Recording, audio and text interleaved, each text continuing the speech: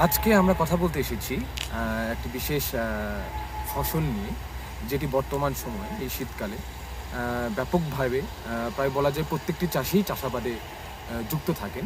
সেটি হচ্ছে আলু।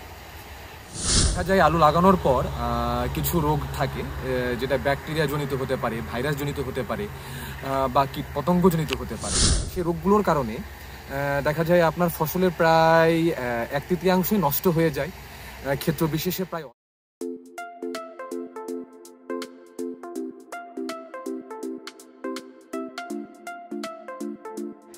আসসালামু আলাইকুম প্রিয় কৃষক এবং চাষি ভাইদের কৃষিজীবীর পক্ষ থেকে শুভেচ্ছা এবং স্বাগতম, এবং সবাইকে সালাম, আসসালামু আলাইকুম।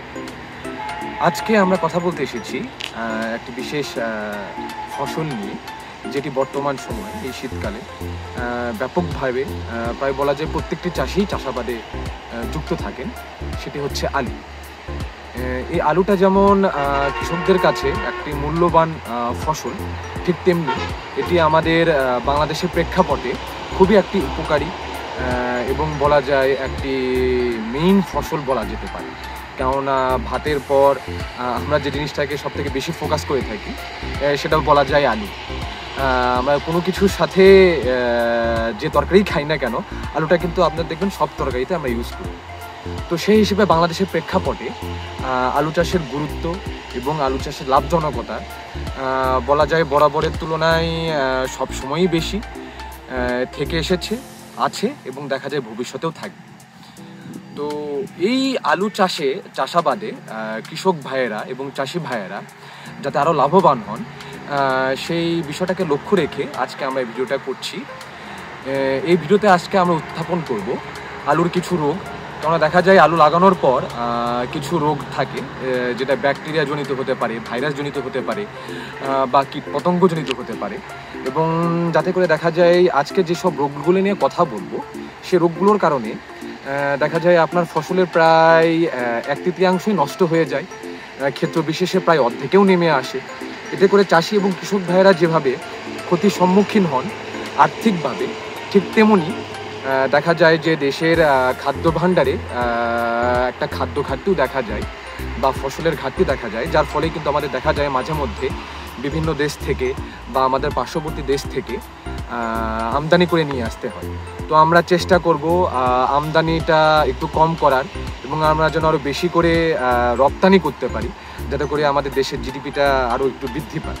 তো এসব চিন্তা মাথায় রেখে আমাদেরকে অবশ্যই একটা জিনিসে ফোকাস করা উচিত, সেটা হচ্ছে আলুর যে রোগগুলো রয়েছে সে রোগগুলোর হাত থেকে রক্ষা পাওয়ার জন্য কি কি করা দরকার, এবং সব থেকে মেইন যে বিষয়টা সেটা হচ্ছে আপনার রোগগুলো আইডেন্টিফাই করা। অর্থাৎ রোগগুলোকে আপনাকে প্রথমেই শনাক্ত করতে হবে যে আসলে কোনটা কোন রোগ এবং কোন রোগের জন্য কোন পথগুলো অবলম্বন করতে হবে। তো এক্ষেত্রে আমি প্রথমে যে রোগটা সম্বন্ধে বলতে চাচ্ছি সেটা হচ্ছে লেট ব্লাইট। এটা একটি ভাইরাসজনিত রোগ। এ রোগে যখন আলু গাছ আক্রান্ত হয় তখন আলুগুলো বাদামি এবং কালো দাগের দেখা মেলে, এবং দেখা যায় গাছগুলো শুকিয়ে যায় বা মরে যায়। এটি মেইনলি একটা ফাঙ্গাস অর্থাৎ ছত্রাকজনিত রোগ। এই রোগের প্রতিকার পেতে চাইলে আপনি ম্যানকোজেব বা মেটালক্সিল গ্রুপের যে কোনো ফাঞ্জিসাইড ইউজ করতে পারেন। প্রতি লিটার পানিতে আপনি 25 থেকে 35 গ্রাম মিশিয়ে এটা আপনি স্প্রে করতে পারেন আপনার আলুর গাছে। এবং অবশ্যই যেটা রোগাক্রান্ত গাছ সেই গাছকে আমাকে বেশি ফোকাস করতে হবে, এবং সে সাথে আশপাশের গাছগুলোতেও দিতে হবে, যাতে করে রোগটা তাড়াতাড়ি ছড়িয়ে না যায়। এক্ষেত্রে আপনি ডোজ 2 থেকে 3টা দিতে পারেন। যখন আপনি প্রথমেই দেখতে পাচ্ছেন যে হ্যাঁ রোগটা আপনার আলুর ক্ষেতে প্রবেশ করেছে, তখনই একবার দিয়ে নেওয়া উচিত, এবং এর ঠিক 7 থেকে 15 দিনের মধ্যে একটা দেওয়া উচিত। এবং তাতেও যদি দেখছেন যে আপনি প্রতিকার পাচ্ছেন না, তখন আরেকটা ডোজ আপনি দিতে পারেন। এর পরবর্তীতে আলুর জমিতে যে আরেকটি রোগ লক্ষ্য করা যায় সেটি হচ্ছে আপনার ব্ল্যাক স্কার্ফ। এই রোগের কারণে দেখা যায় যে আপনার গাছের যে শিকড় রয়েছে এবং গাছের যে গুঁড়ি রয়েছে সে দেখা যায় শক্ত হয়ে যায়। এছাড়াও দেখা যায় যে আপনার গাছটা রয়েছে সেটি দুর্বল হয়ে যায়। এটি মূলত আপনার ফাঙ্গাস অর্থাৎ ছত্রাক যে অ্যাটাক করে তার ফলে এটি হয়ে থাকে। তো এটা থেকে যদি আপনি বাঁচতে চান তাহলে আপনি একটি জিনিস অবলম্বন করতে পারেন, সেটি হচ্ছে আপনার ট্রাইকোডার্মা। ট্রাইকোডার্মা যেটি রয়েছে এটা ইটসেলফ এটা একটা জৈব সারক, প্লাস এটি ছত্রাকনাশকও বলা যায়। তো আপনি যখন জমি তৈরি করবেন সে সময় আপনি এই ট্রাইকোডার্মা যে আপনার গুঁড়োটা রয়েছে, পাউডারটা রয়েছে, এটি আপনি 50 থেকে 100 গ্রাম প্রতি শতক মাটিতে এটা আপনি ইউজ করতে পারেন জমিটা যখন রেডি করছেন তখন, অথবা আপনি যখন গোবর বা আপনি ভার্মি কম্পোস্ট মাটিতে মিশাবেন তখনও আপনি কিন্তু এটা ইউজ করতে পারেন। এটা অবশ্যই মাথায় রাখবেন, প্রতি শতকে 50 থেকে 100 গ্রাম ইউজ করলে আপনি এক্ষেত্রে ভালো একটা ফলাফল পেতে পারেন। এছাড়াও আপনার একটা জিনিস মাথায় রাখা উচিত, সেটা হচ্ছে যখন আপনি বীজ আলুটা নেবেন সেটা অবশ্যই ভালো দেখে নেবেন, এবং অবশ্যই আপনি আরও একটা টেকনিক অবলম্বন করতে পারেন, সেটি হচ্ছে আপনি ট্রাইকোডার্মা দ্রবণে, অর্থাৎ ট্রাইকোডার্মার যে আমার জলীয় দ্রবণটা রয়েছে সেই দ্রবণে আপনি বীজ আলু লাগানোর আগে 30 মিনিট আগে ভিজিয়ে রাখতে পারেন। তাহলে দেখা যায় এই ব্ল্যাক স্কার্ফের যে রোগটার যে ক্ষতি সাধনটা হয় এটা আপনার গাছটাকে অ্যাটাক করবে না এবং এ থেকে আপনি রক্ষা পেতে পারেন। আলুর জমির আর একটি গুরুত্বপূর্ণ রোগ সেটি হচ্ছে আপনার রুট রট বা মূল পচা রোগ। এ রোগের লক্ষণটা আপনি দেখতে পারবেন, আপনার গাছের পাতাগুলো হলুদ হয়ে যাচ্ছে এবং আস্তে আস্তে সেটা শুকিয়ে যাচ্ছে। মেনলি এটি অ্যাটাক করে আপনার গাছের রুটে, অর্থাৎ হচ্ছে আপনার শিকড়টাতে অ্যাটাক করার কারণে দেখা যায় আপনার শিকড়টা মরে যায়, যার ফলে দেখা যায় যে হচ্ছে আপনার গাছের পাতাগুলো হলুদ হয়ে যাচ্ছে এবং আস্তে আস্তে গাছটা শুকিয়ে যেয়ে মারা যাচ্ছে।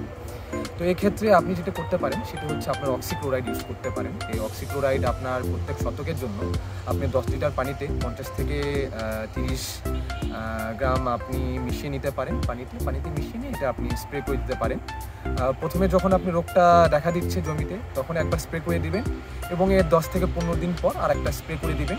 তো দেখা যায় আপনি যদি এটা করতে পারেন তাহলে যে মূল পচা রোগটা রয়েছে এই মূল পচা রোগ থেকে আপনি পরিত্রাণ পেতে পারেন। পরবর্তীতেই আলু যে রোগটা সব থেকে বেশি দেখা যায় সেটি হচ্ছে মোজাইক ভাইরাস বা পাতা কুঁকড়ে যাওয়া রোগ, যেটাকে আমরা বলে থাকি। এটি মূলত একটি ভাইরাসজনিত রোগ।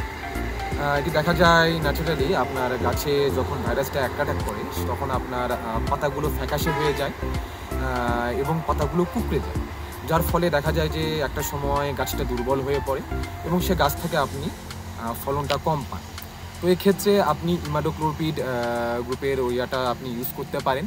সেক্ষেত্রে আপনি 7 থেকে 10 মিলি প্রত্যেক 10 লিটার পানিতে মিশিয়ে এটা আপনি স্প্রে করতে পারেন এবং এটা 7 থেকে 10 দিন পর প্রথম যেবার আপনি স্প্রে করবেন তারপরে 7 থেকে 10 দিন পরে আপনি একটি স্প্রে করে দিবেন।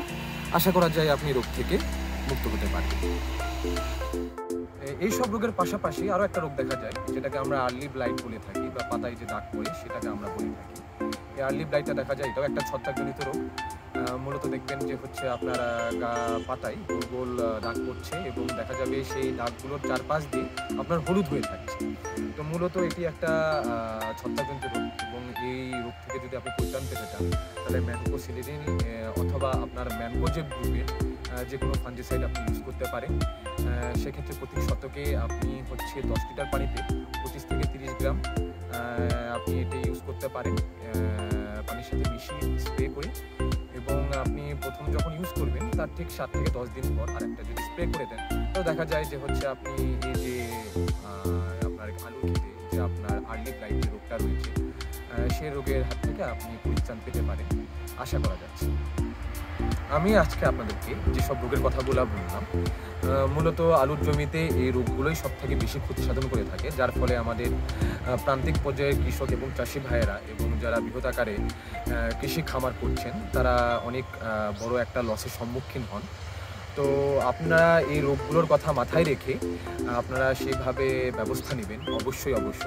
এবং একটি কথা মাথায় রাখবেন, আপনারা যখন ফাঞ্জিসাইড বা ইনসেকটিসাইডগুলো স্প্রে করবেন সেটি সঠিক সময়ে স্প্রে করবেন, সঠিক ডোজে স্প্রে করবেন, এবং অবশ্যই স্প্রে করার সময় একটা জিনিস মাথায় রাখবেন যে আমরা যখন স্প্রে করি তখন সব সময় আমরা স্প্রে করি গাছের ওপরে, আমরা কিন্তু গাছের গোড়ায় স্প্রে করি।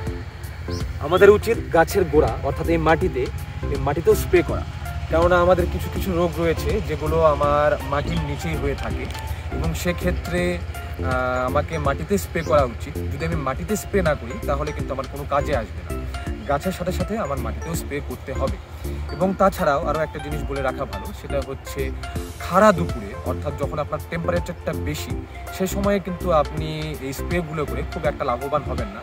সো চেষ্টা করবেন সকাল, এবং উত্তম সময় হচ্ছে বিকাল, অর্থাৎ আপনার সূর্য রশ্মিটা যখন আপনার তীর্যকভাবে আলো দিবে, অর্থাৎ যখন আপনার তাপটা কম থাকবে, তখন এই সময়ে আপনার খুব ইফেক্টিভ হয় এই স্প্রেগুলো দেওয়া। তো আশা করি কথাগুলো মাথায় রাখবেন এবং চেষ্টা করবেন এই কার্যক্রমগুলো সঠিকভাবে পালন করার।